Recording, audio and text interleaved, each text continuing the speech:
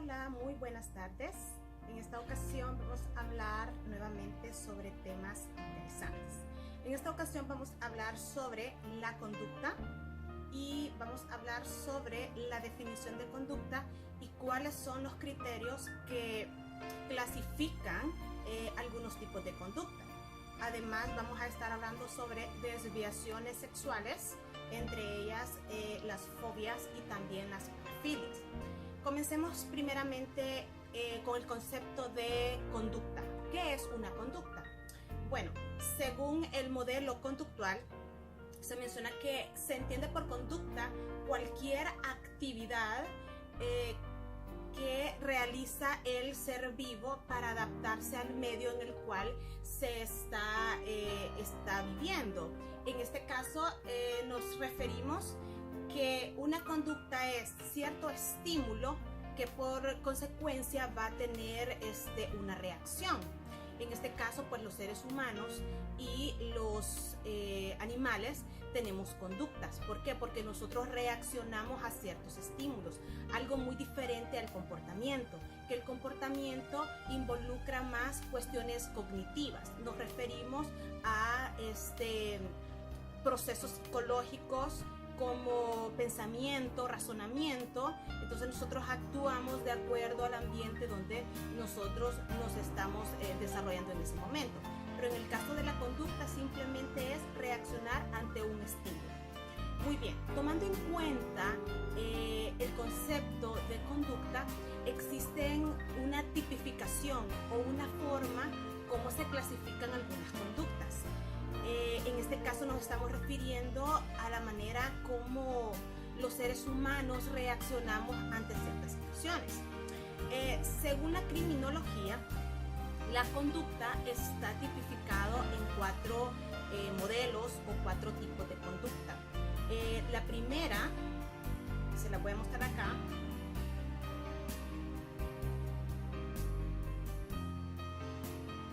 Nos referimos a la primera conducta, se llama conducta social.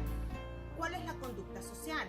En este caso, la conducta social es aquella en donde el ser humano puede reaccionar de una manera correcta, basada a las reglas y normas que una sociedad sostiene.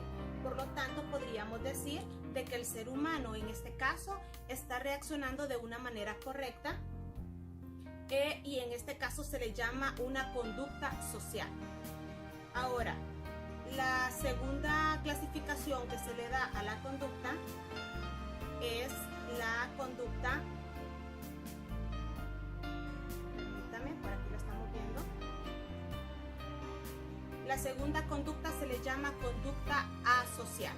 ¿En qué consiste la conducta asocial? Bueno, como decíamos, vamos a hacer una recapitulación.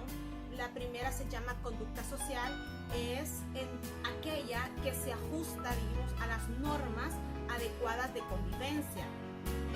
No toca de alguna manera o no afecta la colectividad, o sea, las personas con las que nosotros nos estamos relacionando.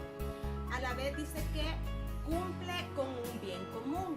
Significa que si nosotros somos seres sociales, vamos a adaptarnos en ese momento a las normas de la sociedad y por lo tanto vamos a actuar de una manera en que vamos a estar transmitiendo un bien común a la gente con la que nos estamos rodeando.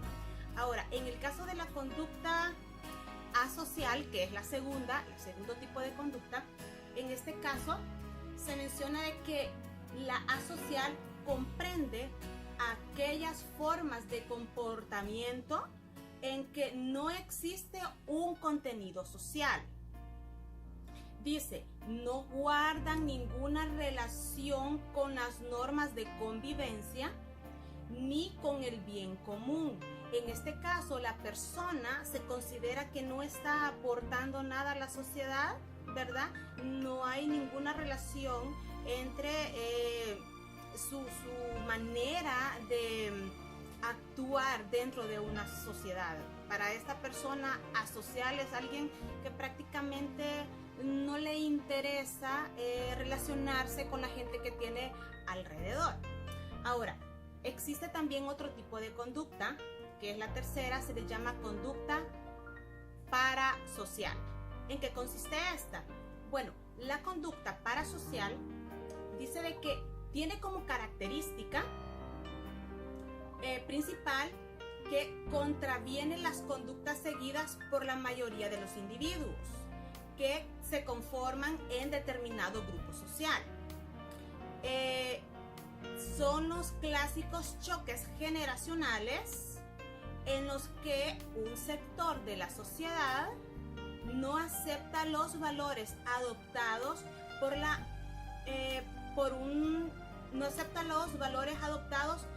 por la mayoría, pero sin destruirlos. No realiza el bien común, pero tampoco los agrede. Podríamos poner como por ejemplo aquella persona que no está de acuerdo con ciertas costumbres de un cierto sector de personas. Por ejemplo, dice que no están de acuerdo en ciertas normas que las nuevas generaciones traen, pero eso no quiere decir que una persona parasocial va a hacer algo para de alguna manera contrarrestar esto o de alguna forma hacerle como que daño a una persona, como quien dice, bueno, yo no estoy de acuerdo con este tipo de conducta o de este tipo de costumbre que tú tienes porque eres de una nueva generación, pero tampoco te voy a afectar, ¿verdad? Entonces es más que todo no estar de acuerdo, pero tampoco te voy a afectar por eso, ¿verdad? Ahora, vamos a ver la cuarta clasificación de conducta. A esto se le llama conducta antisocial. Me imagino que más o menos ustedes se deben de imaginar a qué tipo de conducta nos estamos refiriendo, pero vamos a hablar acerca de algunas características de estas personas. Bueno, en el caso de la conducta antisocial, vamos a ver, aquí se nos da algunas características sobre esto. Dice, la conducta antisocial está dirigida contra el bien común. Esa es la primera característica. Está dirigida en contra del bien común. Ahora, dice de que esta conducta antisocial atenta contra la estructura básica de una sociedad. Destruye sus valores, que son muy fundamentales, y a la misma vez lesiona, así como dice el autor, normas elementales de convivencia, ¿verdad? Me imagino que nosotros sabemos qué tipo de personas son estas, ¿verdad? Las famosas personas antisociales. Ahora, ya hablamos un poco acerca de qué es una conducta. Decíamos de que una conducta es la reacción que nosotros tenemos ante cierto estímulo, ¿verdad? Que es muy diferente al comportamiento, que el comportamiento es que cuando nosotros vamos a reaccionar ya lleva de alguna manera se involucran procesos psicológicos como pensamiento, razonamiento, memoria, ¿verdad? Que todo eso hace que nosotros reaccionemos de alguna manera. Ahora, vamos a ver qué tiene que ver la conducta en el siguiente aspecto que tenemos que abordar. En este caso, vamos a hablar acerca de desviaciones sexuales. Muchas de las desviaciones sexuales tienen mucho que ver con personas antisociales. Ahora, vamos a ver primeramente qué es una desviación sexual. Casi siempre nosotros hablamos sobre temas sexuales y la mayoría de la gente lo ve como un tabú. La mayoría no le gusta hablar sobre esto. Pero en esta ocasión vamos a tratar de manejarlo de una manera en la que podamos entender ciertas conductas, ¿verdad? De algunas personas que muchas veces decimos, ¿por qué? ¿Por qué pasa esto? Pero realmente tiene mucho que ver con antecedentes, ¿verdad? Vamos a ver ahorita algunas desviaciones sexuales que son muy comunes. Tal vez nosotros nunca las hemos visto en en nuestro alrededor, pero a veces vemos series, noticias, películas o documentales en donde la mayoría de personas tienen este tipo de conductas o desviaciones sexuales. Vamos a ver, ¿qué es una desviación sexual? Primeramente,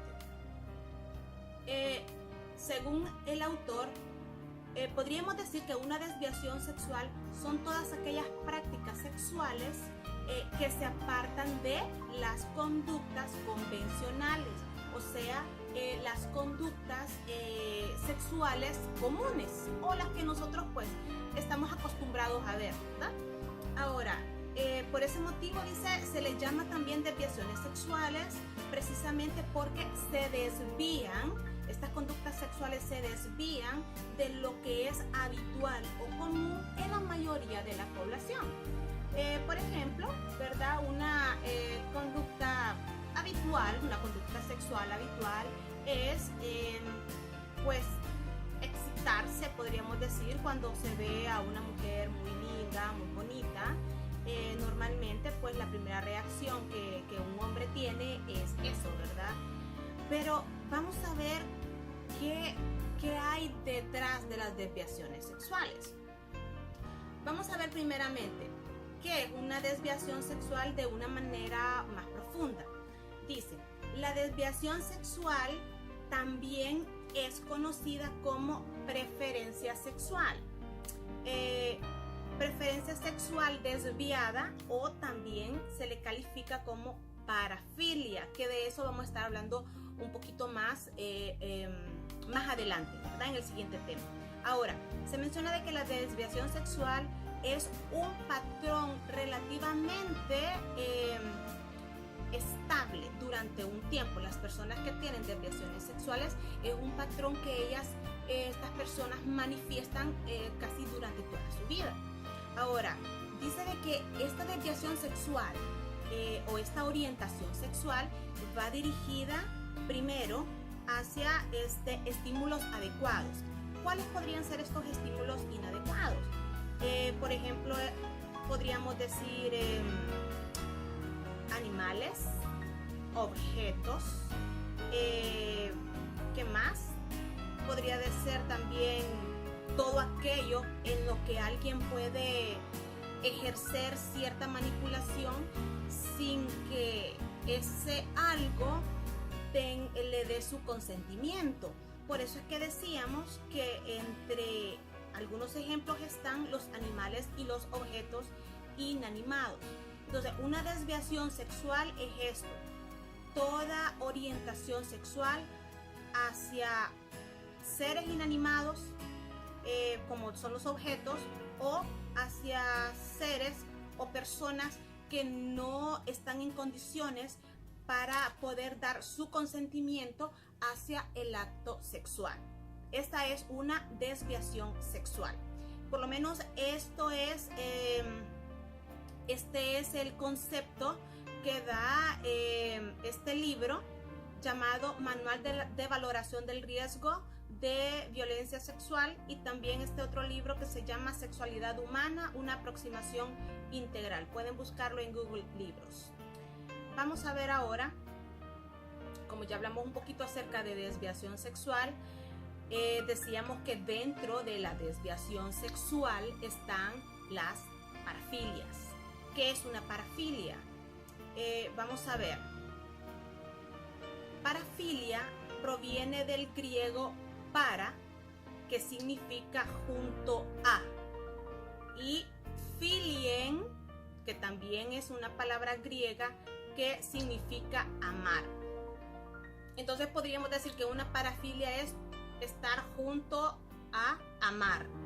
Ahora, a lo largo de la historia de la sexología, ¿verdad? Que es también una especialidad de algunos psicólogos, los sexólogos son los que se involucran un poquito más en conductas sexuales.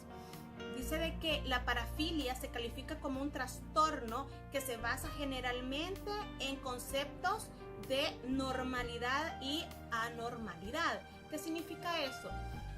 Que muchas veces cuando estamos hablando de parafilia nos referimos también a conductas sexuales anormales, ¿verdad?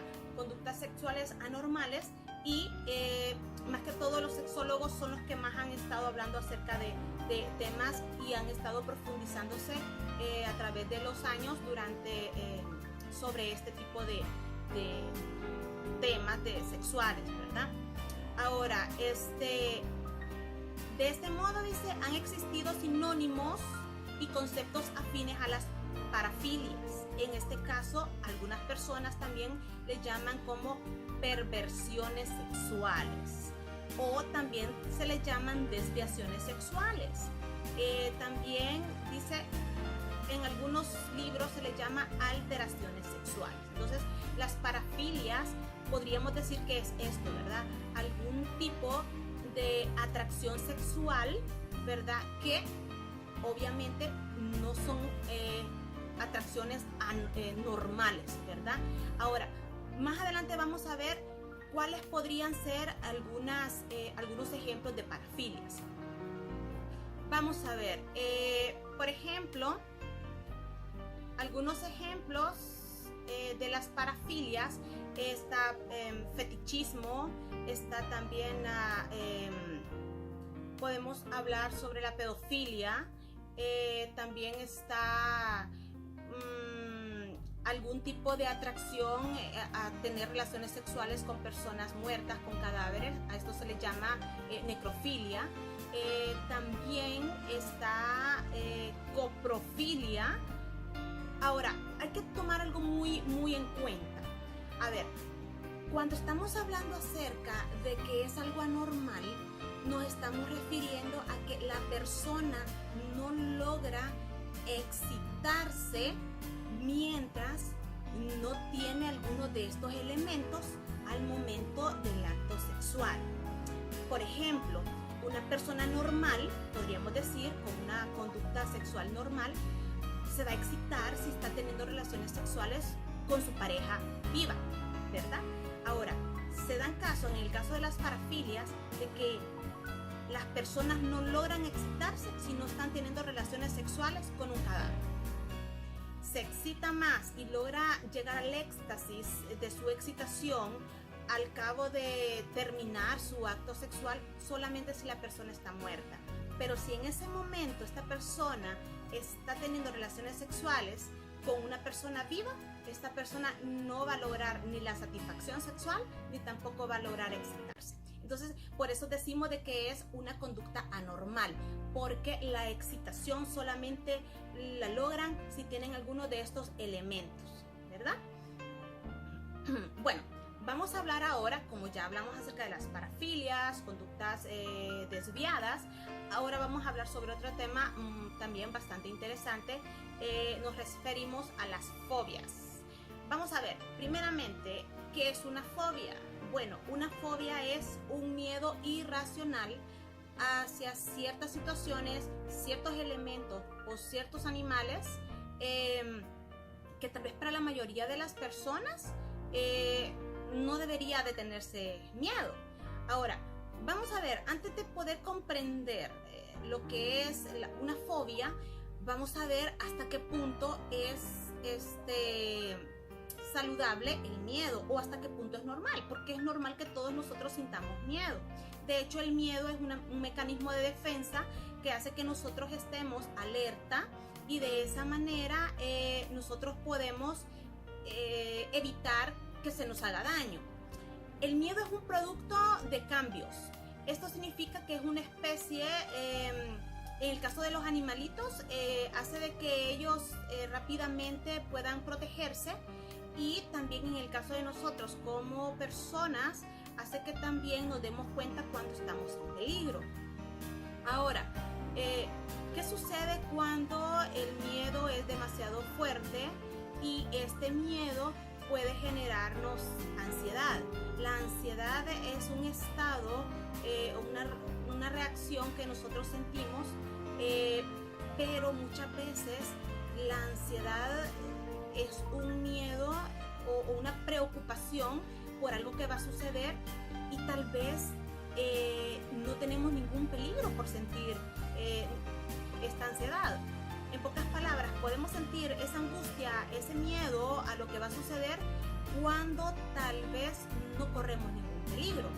Ahora, este tipo de ansiedad son las que padecen las personas que padecen de fobias. Ahora, ¿cuáles son algunas de las manifestaciones subjetivas que siente una persona cuando tiene alguna fobia? Que obviamente dentro de esa fobia o de ese miedo siempre va acompañada del trastorno de ansiedad. Bueno, por ejemplo, algunas de las manifestaciones subjetivas son sensación de malestar, sensación de irrealidad respecto a las cosas o respecto a uno mismo, ¿verdad? Nosotros de alguna manera sentimos de que cosas irreales, ¿verdad? Referente a lo que va a suceder. Otra de las manifestaciones subjetivas son miedo a desmayarnos o a perder la conciencia. ¿Qué significa eso? Que cuando nosotros tenemos un ataque de ansiedad, nosotros decimos, me voy a desmayar, me va a pasar esto, me va a pasar lo otro, y tal vez todavía no hemos llegado a esa situación que nosotros estamos diciendo que vamos a sentir este tipo de síntomas, ¿verdad? Ahora, otra manifestación es que nosotros tenemos miedo de que vamos a perder el control. Bueno, existen muchas manifestaciones y, por ejemplo, el DSM-4 o DSM-5 habla acerca de algunas características que las personas sienten cuando están en una crisis de ansiedad. Ahora, en el caso de manifestaciones corporales o manifestaciones físicas, las personas con una crisis de ansiedad pueden experimentar náuseas, calambres, cefaleas, o sea, dolores de cabeza, incluso podría llegar a tener algún dolor en el corazón, dolor en el pecho, sudoración, palpitaciones rápidas, o sea, taquicardias. Todos estos síntomas lo va a experimentar una persona que tenga ansiedad. Pero, como mencionamos anteriormente, la ansiedad siempre va a estar acompañado de la fobia. ¿Por qué estamos hablando acerca de las características de la ansiedad? Bueno, porque dentro de las fobias, la principal característica son estas sensaciones que solamente se manifiesta una persona con una ansiedad generalizada. En este caso, vamos a ver, por ejemplo, existen fobias o miedos a determinadas lugares, objetos, situaciones, animales. Cuando una persona empieza a tener este temor o este pánico cuando está expuesto a este tipo de estímulos, es cuando empiezan a surgir estas características o estas sensaciones que solamente vienen con una ansiedad generalizada, ¿verdad? Entonces, las fobias normalmente siempre sucede que está acompañada de esta ansiedad. Ahora, algunos opinan de que las fobias son hereditarias, ¿verdad? Otros podríamos decir que las fobias también surgen como consecuencia de alguna situación traumática. Por ejemplo, existe un tipo de fobia, en este momento no me acuerdo cómo se llama, pero es fobia a sentarse. Cuando las personas ven una silla, empiezan ese miedo, ese temor, pero estas personas que tienen este tipo de fobia son aquellas personas que experimentaron en algún momento algún tipo de secuestro, ¿verdad? Que las mantuvieron sentadas en esa silla, y estas personas, cada vez que ven una silla con determinadas características a la que experimentó mientras estuvo secuestrado, entonces cada vez que vean estas sillas, estas personas van a empezar a tener este tipo de sensaciones o este tipo de síntomas que solamente vienen acompañadas con una ansiedad, en una crisis de ansiedad en ese momento, ¿verdad? Ahora, existen diferentes tipos de fobias. Aquí tengo algunos tipos de fobias. Tenemos, por ejemplo, la agorafobia, que más que todo consiste en miedo a poder estar entre mucha gente. Las personas con agorafobia no pueden desarrollarse o no pueden de alguna manera convivir con personas a su alrededor. Entonces empiezan a sentirse con sudoración, empiezan a sentirse que les falta el aire. Todo esto es cuando están conviviendo en grupos grandes. También están otro tipo de fobias, como se llama, por ejemplo, aerofobia, que es el miedo a volar, aracnofobia, aquellas personas que tienen un pánico, un miedo excesivo a las arañas. También está acrofobia, que es el miedo a las alturas. Pero como decíamos, ¿qué es lo que distingue una fobia de un miedo común? Son las características, ¿verdad? Estábamos hablando, tal vez todos nosotros sentimos miedo a las alturas, pero tal vez la manera como lo manifestamos no es lo mismo como lo manifiesta una persona con acrofobia, ¿verdad? Esta persona va a tener síntomas extremadamente diferentes a la manera como nosotros manejamos en este momento nuestro miedo. Más que todo esa es la diferencia, lo que uno siente y cómo maneja su miedo en ese momento, ¿verdad? Bueno, hasta aquí entonces nos quedamos con el tema de hoy.